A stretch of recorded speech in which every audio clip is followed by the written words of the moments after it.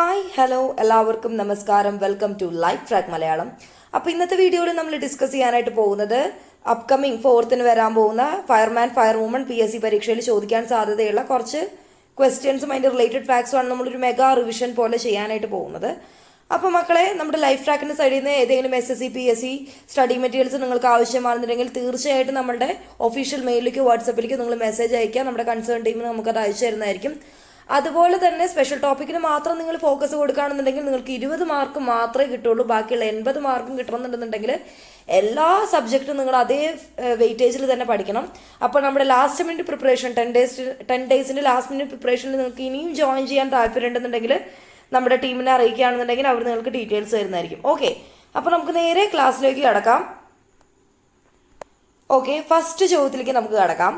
തീപിടുത്തം ഉണ്ടാകുമ്പോൾ ശ്വാസമുട്ടൽ ഒഴിവാക്കാൻ തറയിലൂടെ ഇഴഞ്ഞു നീങ്ങണം എന്ന് പറയുന്നതിൻ്റെ പ്രധാന കാരണം എന്താണ്?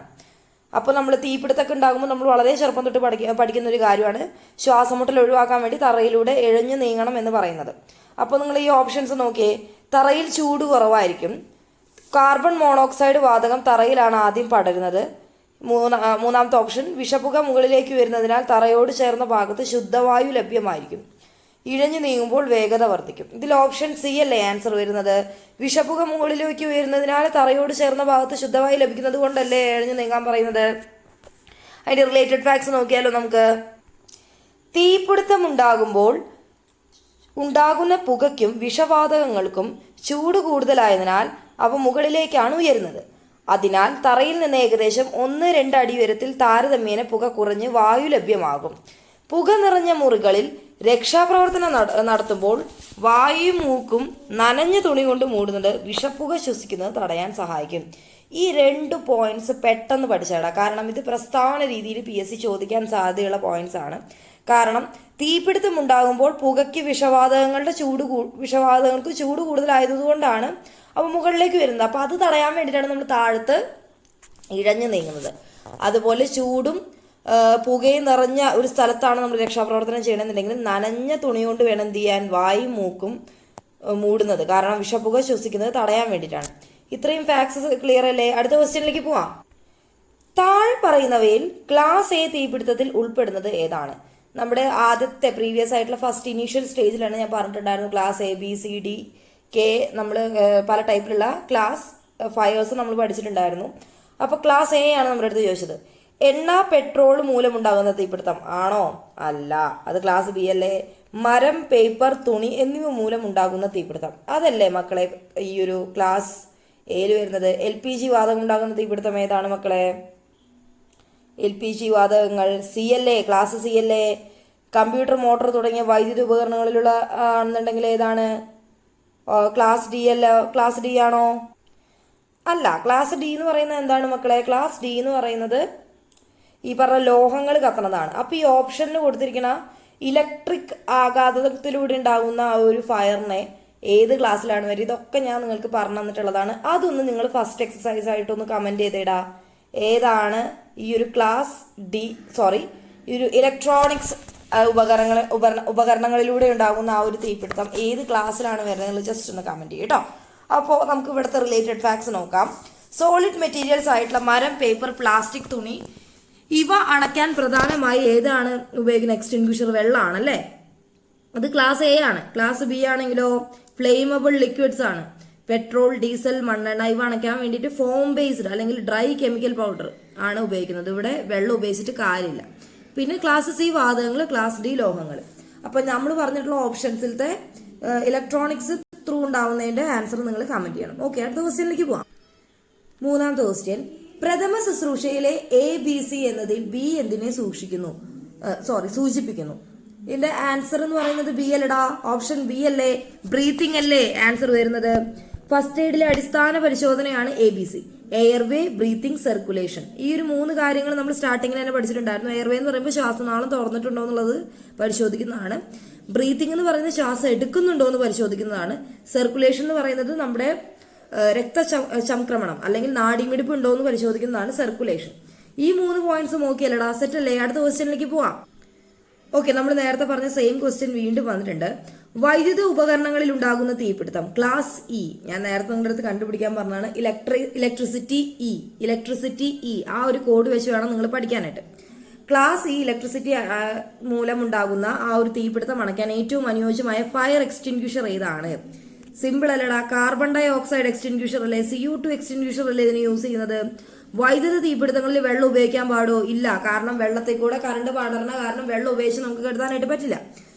ഫോം യൂസ് ചെയ്യാൻ പറ്റുമോ? ഫോം യൂസ് ചെയ്ത് കഴിഞ്ഞാൽ നമുക്കും ഷോക്ക് ഏൽക്കും, കാരണം വെള്ളം വൈദ്യുതി കടത്തിവിടുന്ന ഒരു ദ്രാവകം ആയതുകൊണ്ട്. ഓക്കെ, ഇനി CO2ന്റെ പ്രത്യേകത എന്താണ് മക്കളെ? ഡ്രൈ കെമിക്കൽ പൗഡർ ആണ് ഇതിലുള്ളത്. എന്താ കാരണം? വൈദ്യുത തീപിടുത്തങ്ങൾക്ക് ഏറ്റവും സുരക്ഷിതം ഇവ ഓക്സിജന്റെ സാന്നിധ്യം തടഞ്ഞിട്ട് തീ കെടുത്തുന്നത് കൊണ്ടാണ് എന്ത് ഉപയോഗിക്കുന്നത്? CO2വും ഡ്രൈ കെമിക്കൽ പൗഡറും യൂസ് ചെയ്യുന്നുണ്ട്. കാരണം ഓക്സിജന്റെ ആ ഒരു സപ്ലൈ കുറച്ച് തീ കെടുത്തുന്ന രീതിയാണ് ഈ ഒരു ഡ്രൈ കെമിക്കൽ പൗഡർ ഉപയോഗിക്കുന്നതിലൂടെയും അതുപോലെ തന്നെ CO2 യൂസ് ചെയ്യുന്നതിലൂടെയും ഉണ്ടാകുന്നത്. ഇത്രയും പോയിന്റ്സ് ഓക്കെ അല്ലേ? അടുത്ത ക്വസ്റ്റ്യനിലേക്ക് പോവാം. അടുത്ത ക്വസ്റ്റ്യൻ, ഒരു വ്യക്തിയുടെ വസ്ത്രത്തിൽ തീ പിടിച്ചാൽ ചെയ്യേണ്ട അടിയന്തര നടപടി താഴെ പറയുന്നവയിൽ ഏതാണ്? വേഗത്തിൽ ഓടി വായു സഞ്ചാരം കൂട്ടുക, വസ്ത്രത്തിൽ ബലമായി വലിച്ചു കീറുക, ഓടാതെ നിൽക്കുക, നിലത്ത് കിടക്കുക, ശരീരം ഉരുട്ടുക, തണുത്ത വെള്ളം അമിതമായി തലയിലേക്ക് ഒഴിക്കുക. ഇതിൽ ഓപ്ഷൻ സി അല്ല ആൻസർ വരുന്നത്. സ്റ്റോപ്പ്, ഡ്രോപ്പ് ആൻഡ് റോൾ എന്നുള്ള ഒരു കോഡല്ലേ ഇതിൽ പഠിക്കേണ്ട. ക്വസ്റ്റ്യനിൽ തന്നെ സത്യം പറഞ്ഞ ആൻസർ കൊടുത്തിട്ടുണ്ട്, പക്ഷേ എപ്പോഴും അങ്ങനെ ഒരു സംഭവം ഉണ്ടാവില്ല. അപ്പൊ നിങ്ങൾ ഇതൊരു കറക്റ്റ് ആയിട്ട് പഠിക്കുക. ഓടാതെ നിൽക്കുക, നിലത്ത് കിടക്കുക, ശരീരം ഉരുട്ടുക. കാരണം തീ പിടിച്ചാൽ ഓടിക്കഴിഞ്ഞാൽ എന്താ സംഭവിക്കുക മക്കളെ? വായു പ്രവാഹം കൂടി തീ കൂടുതൽ ആളിപ്പടരും അല്ലെ. ഇനി ഉള്ളിടത്ത് ഇനി നിലത്ത് കിടക്കുക എന്ന് പറഞ്ഞതിന്റെ കാരണം എന്താ? മുഖം കൈകൊണ്ട് മറയ്ക്കണം. എന്തിനാ മുഖം കൈകൊണ്ട് മറയ്ക്കുന്നത്? കുറച്ചും കൂടെ നമ്മുടെ ആ ഒരു ഫേഷ്യൽ ആയിട്ടുള്ള ഇന്ദ്രിയങ്ങളിൽ ഈ ഒരു തീ പൊള്ളലേൽക്കാണ്ടിരിക്കാൻ വേണ്ടിയിട്ടാണ് അത് ചെയ്യുന്നത്. ഇനി നിലത്ത് കിടന്ന് ഉരുളുന്നത് എന്തിനായിരുന്നു? ഞാൻ സ്റ്റാർട്ടിങ് തന്നെ അത് പറഞ്ഞിട്ടുണ്ടായിരുന്നു, ക്ലാസ് ശ്രദ്ധിച്ചിട്ടുണ്ടോ നോക്കട്ടെ. നിലത്ത് കിടന്ന് ഉരുളുന്നത് എന്തിനാണ് മക്കളെ? ഇടത്തോട്ടും വലത്തോട്ടും ആണ് നമ്മൾ ഉരുളേണ്ട രീതി അല്ലെ. തീ കെടുത്തുക, എന്നിട്ട് ചാക്ക് അല്ലെങ്കിൽ കട്ടിയുള്ള കമ്പിളി പുതപ്പ് ഉപയോഗിച്ചിട്ട് വേണം ശരീരം മൂടുന്നത്. കാരണം എന്താണ് മക്കളെ? വായു പ്രവാഹം, ഓക്സിജന്റെ ആ ഒരു സപ്ലൈ കുറയ്ക്കാൻ വേണ്ടിയിട്ടാണ്. കാരണം ഓക്സിജൻ കിട്ടുന്നതോറും വീണ്ടും വീണ്ടും ആ ഒരു തീപിടുത്തം ആകാതെ കൂടും. അപ്പൊ ഉരുളുമ്പോൾ ആ ഒരു തീ കെടാനുള്ള സാധ്യത കൂടുതലാണ്. ഓക്കെ അല്ലേ? അടുത്ത ക്വസ്റ്റ്യനിലേക്ക് പോവാം. ഫയർ എക്സ്റ്റിൻഗ്വിഷർ പ്രവർത്തിപ്പിക്കുന്നതിനുള്ള ശരിയായ ഘട്ടങ്ങൾ ക്രമീകരിച്ചിരിക്കുന്ന സൂത്രവാക്യം എന്താണ്? പാസ് നമ്മൾ പഠിച്ചിട്ടുണ്ടായിരുന്നു. Pull, aim, squeeze and sweep അല്ലടാ. രണ്ടാമത്തെ ബി ഓപ്ഷൻ അല്ലേ ആൻസർ വരുന്നത്. പ്രധാന പോയിന്റ്സ് നമുക്ക് നോക്കാം. ഫയർ എക്സ്റ്റിൻഗ്വിഷർ ഉപയോഗിക്കുന്നതിനുള്ള അന്താരാഷ്ട്ര പ്രോട്ടോകോളാണ് എന്ത്? പാസ് എന്ന് പറയുന്നത്.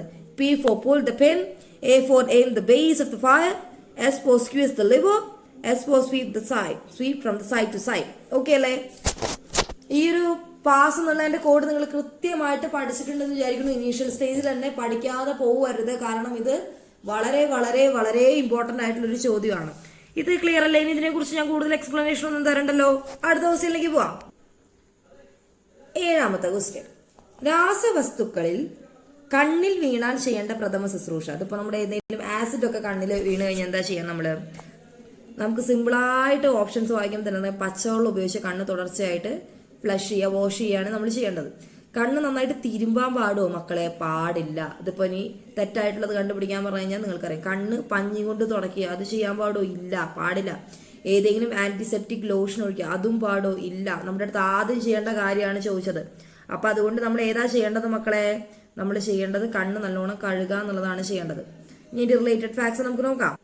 കണ്ണ് തിരുമ്പി കഴിഞ്ഞാൽ എന്താ ശരിക്കും സംഭവിക്കുക? രാസവസ്തുക്കൾ കണ്ണിൽ വീഴുമ്പോൾ 10 തൊട്ട് 15 മിനിറ്റെങ്കിലും പച്ചവെള്ളം നമ്മൾ കഴുകി ഉപയോഗിക്കണം.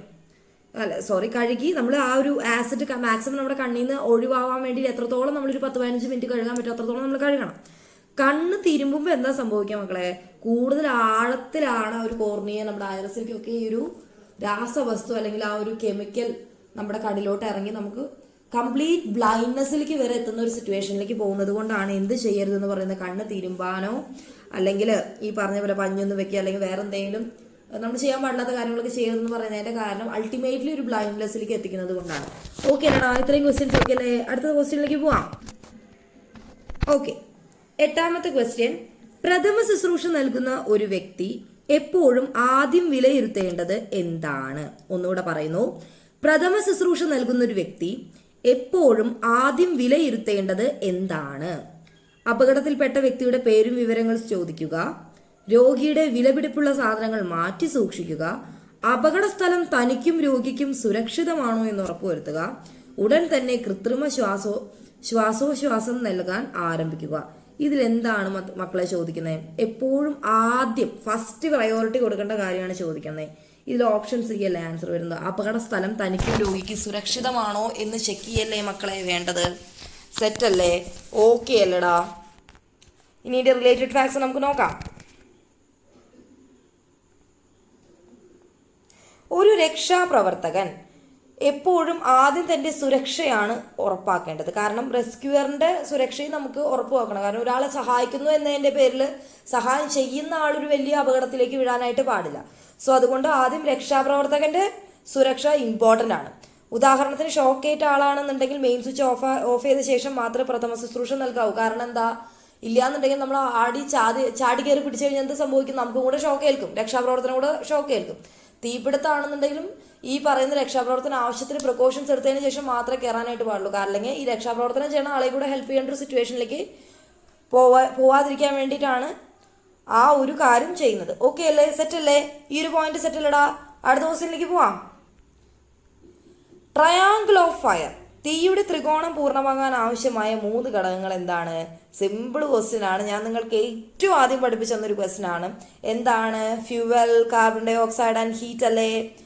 ഇന്ധനം, കാർബൺ ഡൈ ഓക്സൈഡ്, ചൂട്. ഈ 3 സംഭവങ്ങൾ ഉണ്ടെങ്കിലാണ് എന്തുണ്ടാവുള്ളൂ? ട്രയാങ്കിൾ ഓഫ് ഫയർ പൂർണ്ണമാവുള്ളൂ അല്ലേ? ഈ 3 ഘടകങ്ങളിൽ ഏതെങ്കിലും ഒന്ന് ഒഴിവായാൽ എന്തുണ്ടാവും? തീ കെടുത്താൻ സാധിക്കും അല്ലേ? അത് നമുക്കറിയാം. സ്മെതറിങ് എന്ന് പറഞ്ഞാൽ എന്താ? ഓക്സിജന്റെ സാന്നിധ്യം ഒഴിവാക്കിയിട്ട് നമ്മൾ തീ കെടുത്തുന്ന രീതിയാണ് എന്ത് പറയുന്നത്? സ്മെതറിങ് എന്ന് പറയുന്നത്. അതുപോലെ കൂളിംഗ് എന്ന് പറഞ്ഞാൽ എന്താ മക്കളെ? വെള്ളം ഉപയോഗിച്ച് ചൂട് കുറച്ച് തീ കെടുത്തുന്ന രീതിയാണ് പറയുന്നത് അല്ലെ? അതുപോലെ സ്റ്റാർവേഷൻ, പട്ടിണി കിടത്തൽ എന്ന് പറഞ്ഞാൽ എന്താ മക്കളെ? ഇന്ധനം ഒഴിവാക്കിയിട്ട് തീ കെടുത്തുന്ന രീതിയാണ് നമ്മൾ എന്ത് പറയുന്നത്? സ്റ്റാർവേഷൻ എന്ന് പറയുന്നത്. ഈ 3 സംഭവങ്ങൾ അങ്ങോട്ടും ഇങ്ങോട്ടും തെറ്റാതെ നിങ്ങൾ പഠിക്കണം. സ്മെതറിങ്, ഓക്സിജൻ ഒഴിവാക്കിയിട്ട് തീ കെടുത്തുന്ന രീതി. കൂളിംഗ്, ചൂട് ഒഴിവാക്കി വെള്ളം ഉപയോഗിച്ച് കെടുത്തുന്ന രീതി. സ്റ്റാർവേഷൻ, ഇന്ധനം ഒഴിവാക്കി തീ കെടുത്തുന്ന രീതി. ഈ ഒരു സംഭവം ക്ലിയർ ആയിട്ട് പഠിക്കുക. അങ്ങോട്ടും ഇങ്ങോട്ടും മാറരുത്. സ്റ്റേറ്റ്മെന്റിൽ ചോദിച്ചാലും MCQയിൽ ചോദിച്ചാലും നിങ്ങൾക്ക് കിട്ടണം. ഓക്കെ അല്ലേ? സെറ്റ് അല്ലേ? അടുത്ത ക്വസ്റ്റ്യനിലേക്ക് പോവാം. ലിക്വിഫൈഡ് പെട്രോളിയം ഗ്യാസ് LPG സിലിണ്ടറുകളിൽ ഉണ്ടാകുന്ന തീപിടുത്തം ഏത് ക്ലാസ് ഫയറിലാണ് ഉൾപ്പെടുന്നത്? ഒന്നും കൂടെ. ലിക്വിഫൈഡ് പെട്രോളിയം സിലിണ്ടറുകളിൽ ഉണ്ടാകുന്ന തീപിടുത്തം ഏത് ക്ലാസ് ഓഫ് ഫയറിലാണ് ഉൾപ്പെടുന്നത്? ക്ലാസസ് ഓഫ് ഫയർ ഇമ്പോർട്ടൻ്റ് ആണ്. എല്ലാ ക്ലാസ്സും കൃത്യമായിട്ട് പഠിച്ചിരിക്കണം. ഇതിൻ്റെ ആൻസർ എന്താ വരുന്നത്? ഓപ്ഷൻ സി അല്ലേ? ക്ലാസ് സി എന്താ, എന്തിനെ കുറിച്ചാണ് എക്സ്പ്ലനേഷൻ തരുന്നത്? ഫ്ലെയിമബിൾ ഗ്യാസസ്, കത്തിപ്പടരാൻ സാധ്യതയുള്ള ഗ്യാസുകൾ LPG, CNG, അതുപോലെ അസ്റ്റലിൻ ഉൾപ്പെടുന്നു ക്ലാസ് സിയിൽ. LPG സിലിണ്ടറിന് തീ പിടിച്ചാൽ ആദ്യം റെഗുലേറ്റർ ഓഫ് ചെയ്ത് ഗ്യാസിന്റെ പ്രവാഹം തടയുകയാണ് വേണ്ടത് അല്ലേ? ഓക്കെ അല്ലേ? ഈ കാര്യങ്ങൾ ഓക്കെ അല്ലേ? അങ്ങനെയാണെന്നുണ്ടെങ്കിൽ ഇലക്ട്രിക് നമ്മൾ പഠിച്ചു. E4 electric. ക്ലാസ് എ എന്താണ് മക്കളെ? സോളിഡ് ആയിട്ടുള്ള ഐറ്റംസ് ആണ് അല്ലേ? അങ്ങനെയാണെന്നുണ്ടെങ്കിൽ നിങ്ങൾക്ക് ഞാനൊരു എക്സസൈസ് തരട്ടെ.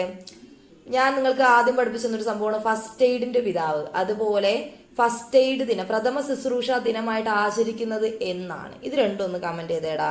അടുത്ത ക്വസ്റ്റ്യനിലേക്ക് പോവാം. ഓക്കെ, അടുത്ത ക്വസ്റ്റ്യൻ. ഒരു വ്യക്തിക്ക് അടിയന്തിരമായി ചോക്കിംഗ് ഉണ്ടായാൽ ബോധം മറയുന്നതിന് മുൻപ് നൽകേണ്ട പ്രഥമ ശുശ്രൂഷ എന്താണ്? എന്താണ് മക്കളെ? CPR നൽകാണോ വേണ്ടത്? അല്ല. വായിലേക്ക് വെള്ളം ഒഴിച്ചു കൊടുക്കാൻ പാടുമോ? അതും പാടില്ല. കട്ടിലിൽ കിടത്തി വിശ്രമിക്കാൻ അനുവദിക്കാമോ? അതും പാടില്ല.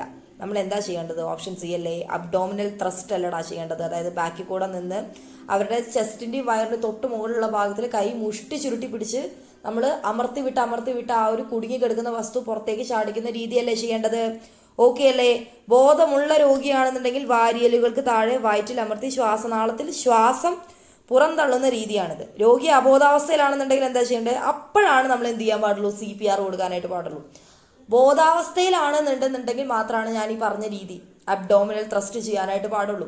അബോധാവസ്ഥയിലാണെന്നുണ്ടെങ്കിൽ ആദ്യം CPR കൊടുത്ത് ബോധം വരുത്തിയതിന് ശേഷം വേണം നമ്മൾ എന്ത് ചെയ്യാൻ?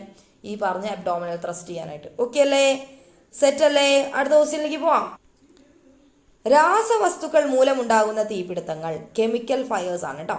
അണയ്ക്കാൻ താഴെ പറയുന്നവയിൽ ഏതാണ് ഉപയോഗിക്കേണ്ടത്? വെള്ളം ഉപയോഗിക്കാൻ പാടുമോ? ഡ്രൈ കെമിക്കൽ പൗഡറാണ് ഉപയോഗിക്കേണ്ടത്? ഓക്സിജൻ സിലിണ്ടർ ആണോ, വിറക് പൊടിയാണോ ഉപയോഗിക്കേണ്ടത്?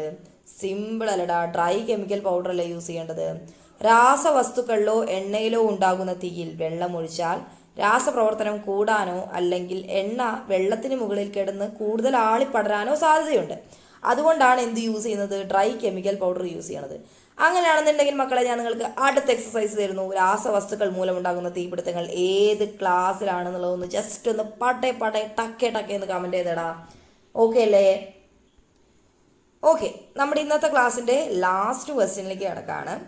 മുറിവുകളിൽ നിന്നും അമിതമായി രക്തം വരുന്നത് തടയാൻ ഉപയോഗിക്കുന്ന പ്രഷർ പോയിന്റ്സ് ശരീരത്തിലെ ഏത് ഭാഗങ്ങളാണ് പ്രധാനമായും ഉള്ളത്? പ്രഷർ പോയിന്റ്സ് ഒക്കെ ഈ കളരിയും കരാട്ടയൊക്കെ പഠിക്കുന്ന പിള്ളേർക്ക് പ്രഷർ പോയിന്റ്സ് അറിയാം. ആരെങ്കിലും അങ്ങനെ മാർഷൽ ആർട്സ് സ്റ്റുഡൻസ് എൻ്റെ ക്ലാസ് കാണുന്നുണ്ടെങ്കിൽ ജസ്റ്റ് ഒന്ന് ഒരു ഹായ് മെസ്സേജ് ഇടണം കേട്ടോ. കാരണം I am also a martial artist. അപ്പോൾ അതുകൊണ്ടാണ് ജസ്റ്റ് ഒന്ന് അറിയാൻ വേണ്ടിയിട്ടാണ് കേട്ടോ.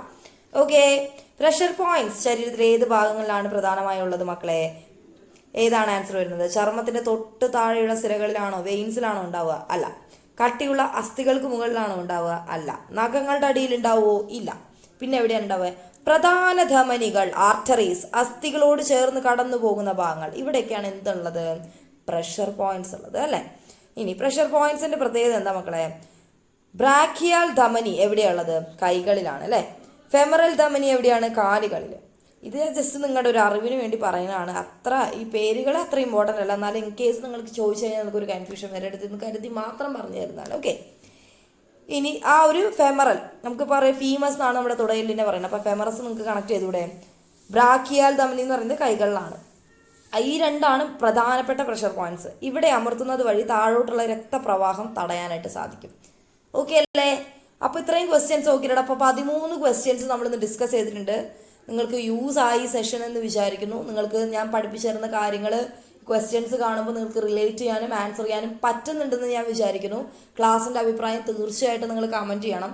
അതുപോലാതെ ലൈഫ് ട്രാക്കിൻ്റെ സൈഡിൽ നിന്ന് SSC PSC ഏതെങ്കിലും മെറ്റീരിയൽസ് നിങ്ങൾക്ക് ആവശ്യമാണെന്നുണ്ടെങ്കിൽ തീർച്ചയായിട്ടും നമ്മുടെ കൺസേൺ ടീമിലേക്ക് മെയിലായോ വാട്സപ്പായോ നിങ്ങൾ അറിയിക്കുക. നമ്മുടെ ടീം അത് അയച്ചു തരുന്നതായിരിക്കും. അപ്പോൾ എല്ലാവരും നന്നായിട്ട് പഠിക്കുക, നന്നായിട്ട് പെർഫോം ചെയ്യുക. നിങ്ങൾക്ക് പറ്റാത്തതായിട്ടുള്ള ഒരു എക്സാമും PSCയുടെ സിലബസിലോ SSCയുടെ സിലബസിലോ വന്നിട്ടില്ല. അപ്പോൾ നിങ്ങൾ ആഗ്രഹിക്കുന്ന കോഴ്സ് നിങ്ങൾക്ക് കിട്ടട്ടെ.